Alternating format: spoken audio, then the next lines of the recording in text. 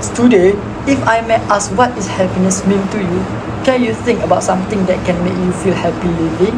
It could be that you are happy hanging around with your friends until late night doing assignment together or going on a road trip together.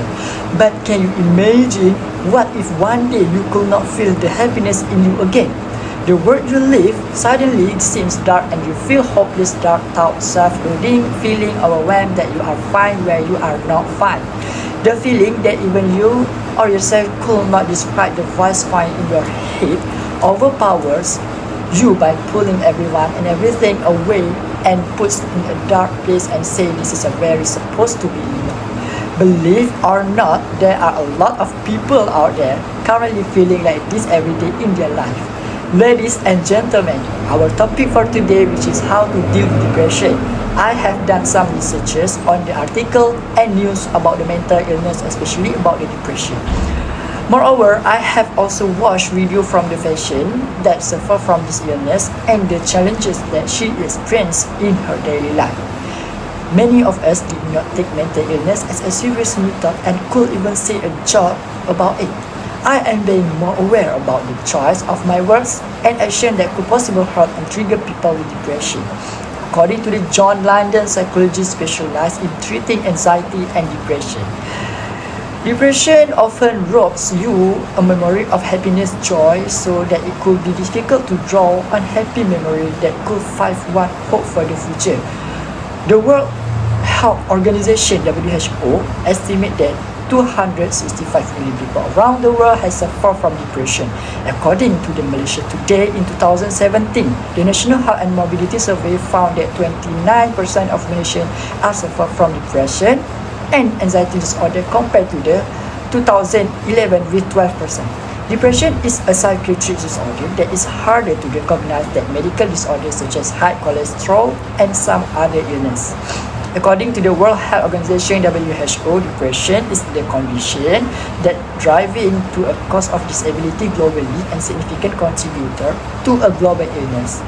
In 2018, the patron of Malaysia Psychiatry Association, a person who named Lilian Chai, said that depression will be a major illness among Malaysians in 2020. For example, according to the graph, Malaysia is ranked 6 among 9 countries in the prevalence of depression among university students with 27.5% in 2013. There are some factors that contribute to the depression. First, due to the academic stress among the students, such as in academic performance, examination, assignment, and another continuous assessment. Next, let me take you to the next point.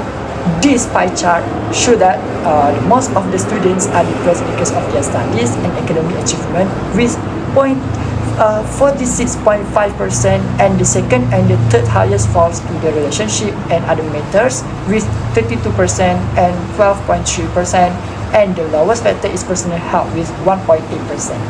Based on the both chart, Malaysia is among of the countries with the highest prevalence of depression among university students, and the highest sector that contributes to depression among students is because of their studies and academic performance. Not only among students. Today, we can see a lot of people out there facing the depression, for example among teenagers, employees, and parents, and many more. Let's look more deeply. Depression among teenagers cause neurotransmitter. Neurotransmitter are usually occurring brain or chemical are abnormal or impaired the function of nerve reception and nerve system changes, leading to depression. Besides, hormones also influence the people to get depression. Something that we can look, the body changes in the body balance of hormones may be involved in causing or triggering depression. Next, among employer, we can see the depression will occur for employer related to the toxic work environment, being overworked, no work-life balance, lack flexible work, being underpaid, working irregular hours, and being bullied or harassed. Sometimes employees won't even know they are being adversely. For example, working long hours constantly or working irregular shifts can also suffer from depression. Hence, among the parents, we can see our parents will become stressful We know parenting can be very stressful experience, especially for the new parents. The demands of caring for a child combined with the lack of sleep and the other challenges can take a toll parents' mental health. Not medical problem. Parents who have chronic medical condition or who have children with medical problem are more likely to experience depressions. The stress of managing a medical condition can be overwhelming and it can be difficult to take care for a child while also dealing with your own health problem. Moreover, parents also will face depression due to their financial issue. Sometimes our parents give problem financial to support and survive their family so that they will feel depressed due to the stress in thinking about that. So ladies and gentlemen, there are a lot of ways and suggestions on how to deal with the depression that everyone in the world can take to minimize your depression. First thing first, you can meet yourself where you are. Depression actually affects millions of people, including some in your life, and you may not realize they face similar challenges, emotions, and obstacles. Next, you can consider a walk around the block in a day when you feel you can get out if bed. Exercise may seem like the last thing you want to do, but exercise and physical activity can help reduce symptoms of depression and improve energy levels. Research suggests that for some people, exercise can be as effective as medication at relieving depression symptoms. It may also help prevent future depressive episodes. Even when you feel you are unable to or have little energy, see if you're willing to do the opposite of what your mood tells you to do. Instead, set a small goal for yourself, such as walking around the block. Besides, you can do something you enjoy. As you know, depression can push you to give in into your fatigue. It may feel more powerful than preferred emotion. So you can try to push back and do something you love, something that pleasurable or meaningful. It could be playing an instrument, painting, hiking, biking. In fact, engaging in meaningful activity lifts your mood or energy, which can further motivate you to continue to engage in activities that help with navigating symptoms. Next, you also can listen music.